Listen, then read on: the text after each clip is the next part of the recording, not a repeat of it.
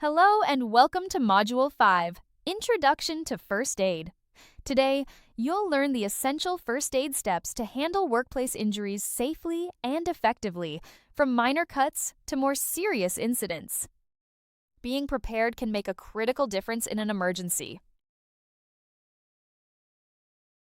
Understanding the types of bleeding is critical.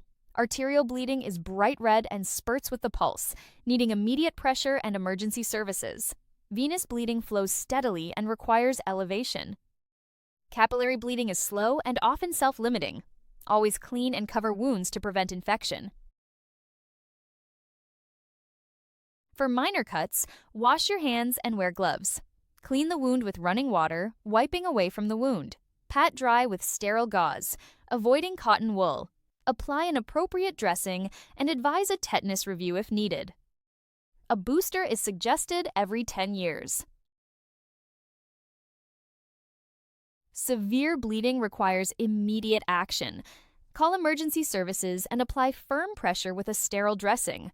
Elevate the wound above the heart, if possible. Lie the casualty down and raise their legs to manage shock. Maintain pressure and avoid lifting the dressing. A tourniquet is for catastrophic limb bleeding only. Use it when direct pressure fails to stop arterial bleeding. Apply above the wound, not on a joint, and tighten until bleeding stops. Record the application time clearly. Do not remove it. Leave it for paramedics. Correct. Never remove an embedded object from a wound. Apply pressure around the object, not on it. Build up padding to support and protect it. Call emergency services for severe bleeding or large objects. Avoid moving the casualty unnecessarily. Amputations are major traumas requiring immediate emergency services. Control bleeding with direct pressure and a tourniquet if needed. Wrap the amputated part in a sterile dressing and place it in a sealed bag with ice. Send it with the casualty labeled with details. Classify burns by depth and size. Superficial burns are red and painful, while partial thickness has blisters. Full thickness may be painless due to nerve damage. Cool burns with running water and cover with cling film. Call emergency services for severe cases. Stop the burning process and cool the burn with water. Remove any jewelry and tight clothing near the burn. Cover the burn loosely with cling film. Avoid applying creams or ointments. Seek medical help for severe burns or those on sensitive areas. Recognize signs of significant head injuries, such as loss of consciousness and confusion. Apply a cold compress for bruises and control any scalp bleeding. Monitor the casualty's conscious level. Any concerning symptoms require medical review. Call emergency services if the condition worsens. Concussion is a temporary brain function disturbance without visible injury. Symptoms include headache, dizziness, and difficulty concentrating. Anyone with suspected concussion needs a doctor's assessment. They should not drive or return to work immediately.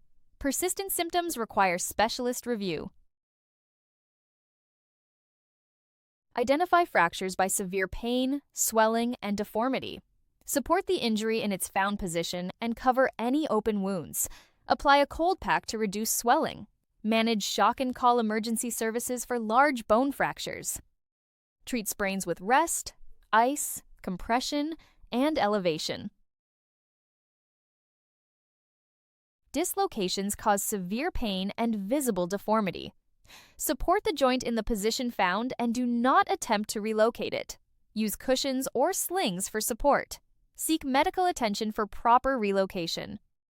Pain relief and possibly sedation are needed. Eyes are delicate and need immediate attention. For foreign bodies, irrigate with saline if on the white part. Do not attempt removal if stuck on the iris. Cover the eye and seek medical help. Chemical splashes require flushing with water for 20 minutes. In case of a chemical splash, sit the casualty by a sink. Hold the eyelid open and flush with water for 20 minutes.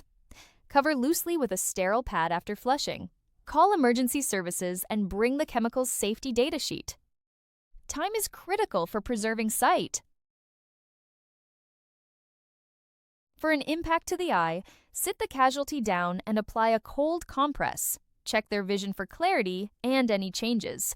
Cover the eye if vision is affected. Refer for medical review if there are changes in vision or persistent pain. Immediate attention is crucial.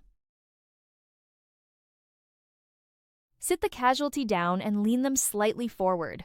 Pinch the soft part of the nose firmly for at least 10 minutes. Apply a cold compress to the forehead or neck. Advise against blowing or sniffing for several hours. Seek medical help if bleeding persists over 20 minutes. In offices, expect paper cuts, minor lacerations, and strains from lifting. Kitchens often see burns, scalds, and knife cuts. Slips on wet floors are common in shops. Eye strain is frequent, but not an emergency. Recognizing these helps prepare for quick response.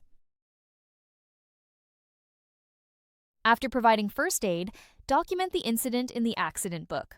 Restock the first aid kit and check on the casualty later. Report to appropriate authorities if criteria are met. Review the workplace for potential hazards. Prevent future incidents by addressing causes. Severe bleeding needs direct pressure and emergency services.